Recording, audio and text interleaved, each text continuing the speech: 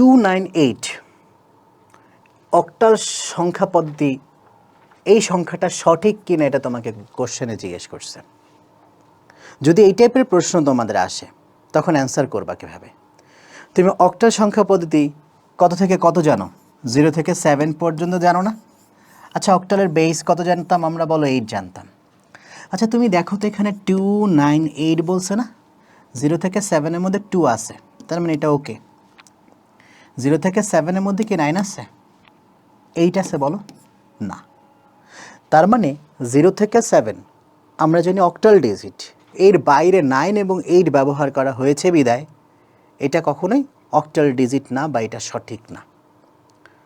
বুঝতে পেরেছ? তো আশা করি তোমাদের এই টাইপের প্রশ্ন আসলে তোমরা পারবা। সেই প্রশ্ন যদি আমি তোমাদেরকে করতাম, লক্ষ্য করে দেখো, 10101 কোনো বেস দিলাম না, বললাম এটা কোন সংখ্যা পদ্ধতি।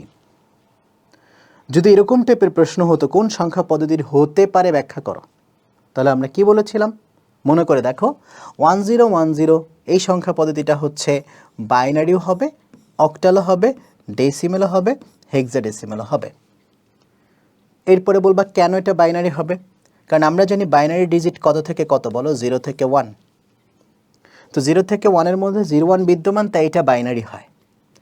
অক্টাল ডিজিট তুমি জানো 0 থেকে 7, এর মধ্যে 01 বিদ্যমান, তাই এটি অক্টাল হতে পারে। ডেসিমাল ডিজিট তুমি জানো 0 থেকে 9, এর মধ্যে 01 বিদ্যমান, তাই এটি ডেসিমাল হতে পারে। হেক্সাডেসিমাল 0 থেকে f লিখলাম ডিরেক্ট, 0 থেকে f এর মধ্যে 01 বিদ্যমান, তাই এটি কি বলো? হেক্সাডেসিমাল। অতএব এটা সব ধরনের সংখ্যা পদ্ধতি। বুঝতে পারছি?